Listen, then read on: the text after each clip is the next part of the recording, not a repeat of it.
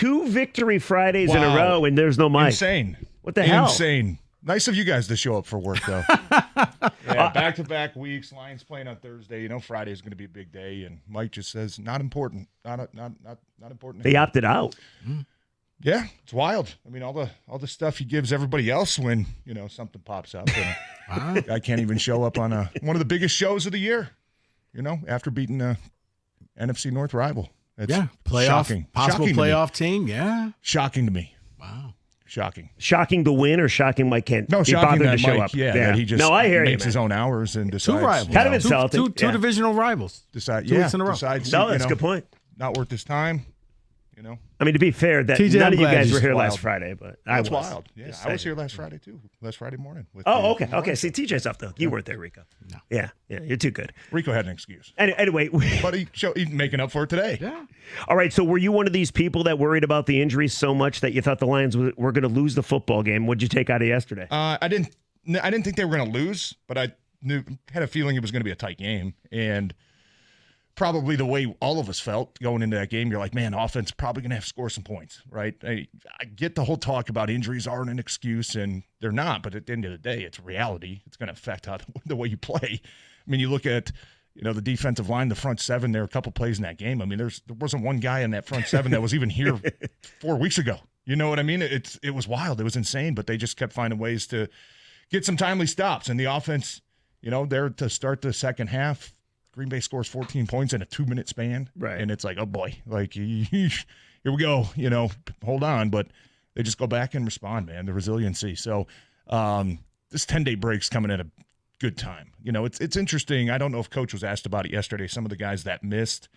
Decker thought maybe he had a chance to go last week. They decided to sit him out. I wonder how many of those were coaching decisions to say, hey, we need you guys for the last month of the season. Right. Anzarike, probably Reader, and right? I think even coaches mentioned that a couple times. I'm trying to go back a couple weeks, and he's like, man, we're already at 9 wins, like we want these guys healthy for the long run. So I think part of that's probably coaching decision. Let's go out there, let's battle, and, let's get healthy for the last 4 games. But it was incredible. I thought it was a good football game. If you didn't have a horse in that race and you just watched as a football fan, I thought there was a lot of really good things that happened in that game. And Ben Johnson, some of the calls that he was making were, man, just so sophisticated. If you're a football nerd like myself, you just kind of look and kind of you just watch those plays. You're like, man, that's so intriguing and just unique, right? The couple touchdowns, Jahmyr Gibbs coming out of the backfield. I mean, you're lined up. We're all looking at it going, why isn't Amon-Ra on the field, right? Amon-Ra standing on the sidelines, 4th down. We look at it, okay, it's the personnel. You got 3 tight ends out there, which is going to force Green Bay to play with their big package. You get a one-on-one with the linebacker now. Later in the game, Tim Patrick's touchdown, you sneakily kind of line up Amon-Ra in the backfield, no huddle, get to the line. Defense is thrown out of wax. He comes out of the backfield to the right, eats up about 3 guys' eyes, and boom, Tim Patrick's wide open. Dude, he was hunched over, too. He was trying not to show his number, There's just a couple little things that you kind of giggle about because you're like, man, it's just like it's innovative, right? And it's so taking advantage of the personnel that you have and the offensive mind that you have. It's awesome to watch like a brilliant play call meet the execution. And that happened a couple times last night. And it was offense is fun to watch, man, when they play like that.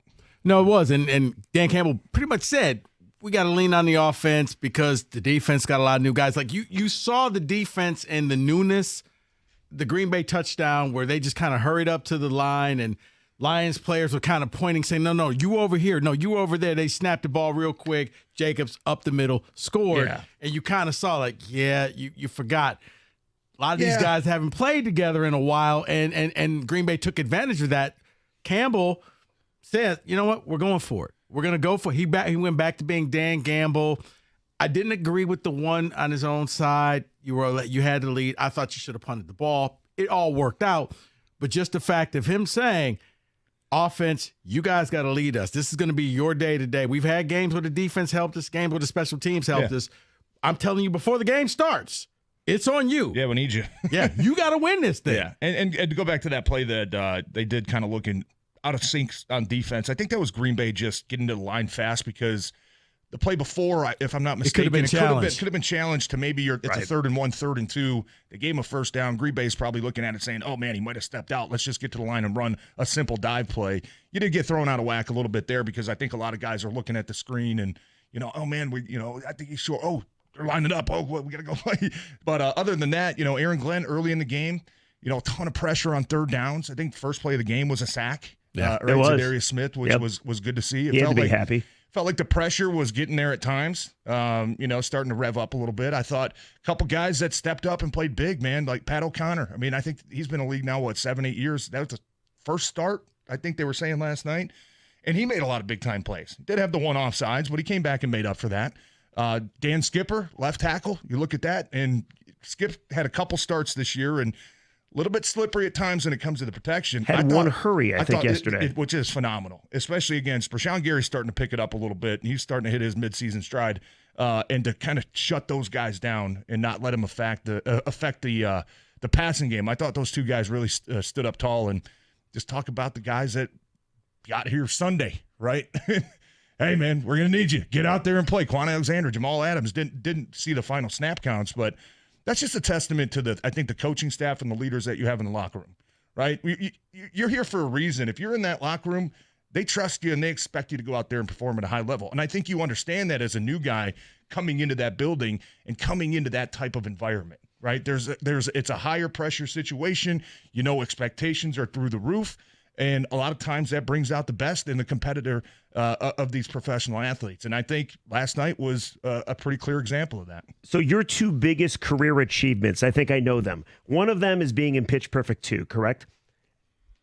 I wouldn't put that in the time. Oh, I thought it would be. It's slightly outside you the top and Anna two. Kendrick. Yeah, just outside but the second one is winning a Super Bowl back in 2010. When did you know that you guys were Super Bowl material, and do you think these Lions players know it now? I think they know it, yeah. Going back to that year, 2010,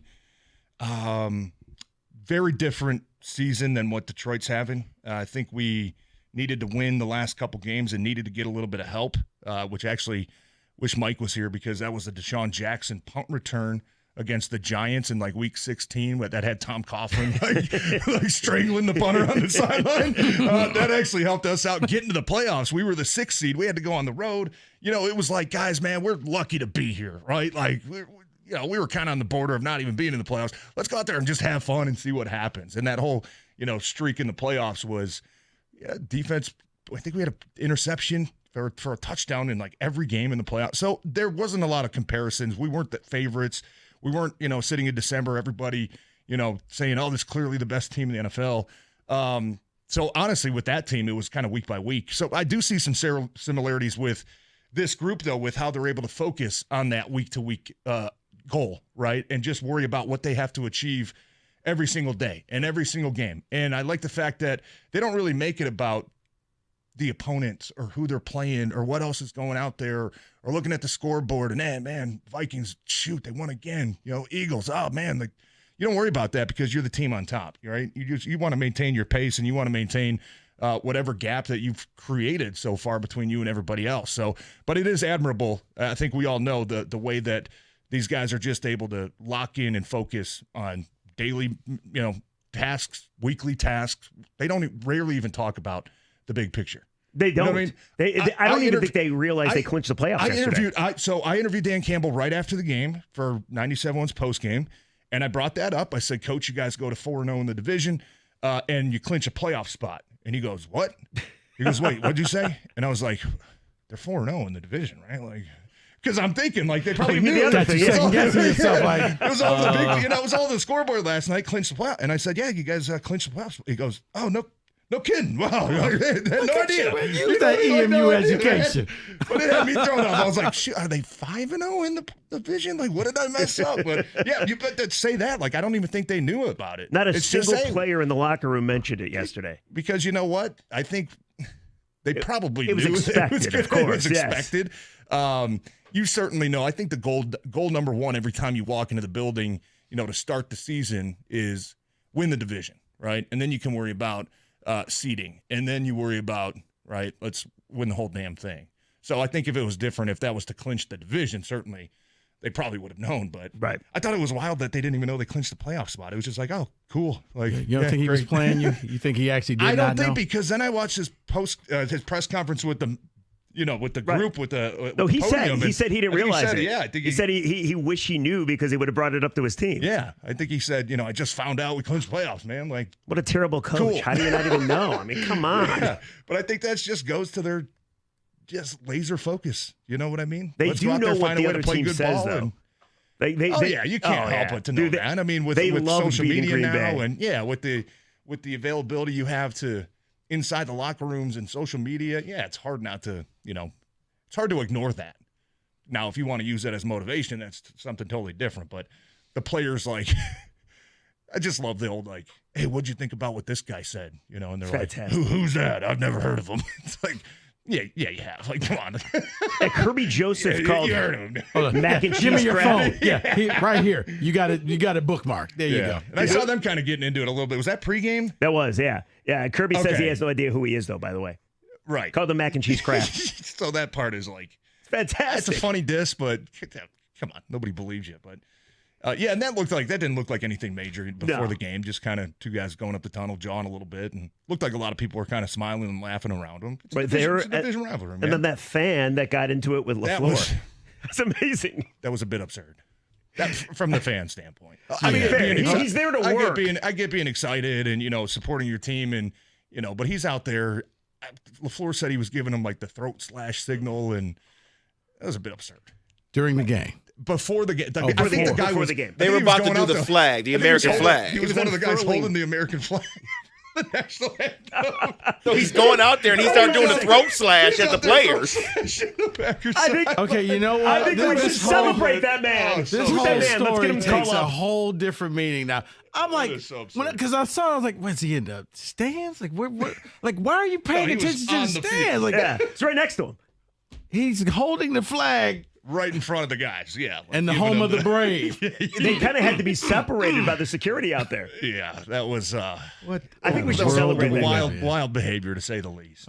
I like the passion, man, but that's Yeah, but very quickly, It's a little as your leader, for LaFleur to make a big deal about it after the game, just let it go, dude. well. You I just imagine lost. he was asked about it. Yeah, he right? was. Yeah, so typical maybe, media would he asking bring it up if he wasn't asked about it? Probably not. But it was obviously, apparently circulating on the social media channels last night, making its rounds. I wanted to know what I he didn't was know so about upset it. about with 2 minutes to go in the game, and he's just giving the ref the earful. Like, Yeah, there was somebody.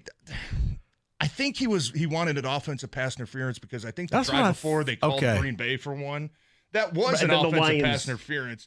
Sam Laporta, came out. He was out lined up and did run into a defender.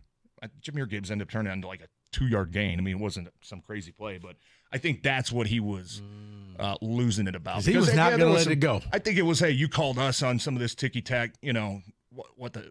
Let's go. Like, you got to call both. Yeah, but he's a passionate guy, man. He gets. cause see, I He really gets wonder. angry a lot. I know he's a coach, but I'm like, dude, are you focused in on your team right now? Or are you still yelling with the ref? Because that defensive call in the fourth down. Yeah. All right, TJ Lang's in the house. He'll take your calls, 248-539-9797, 97 on the ticket.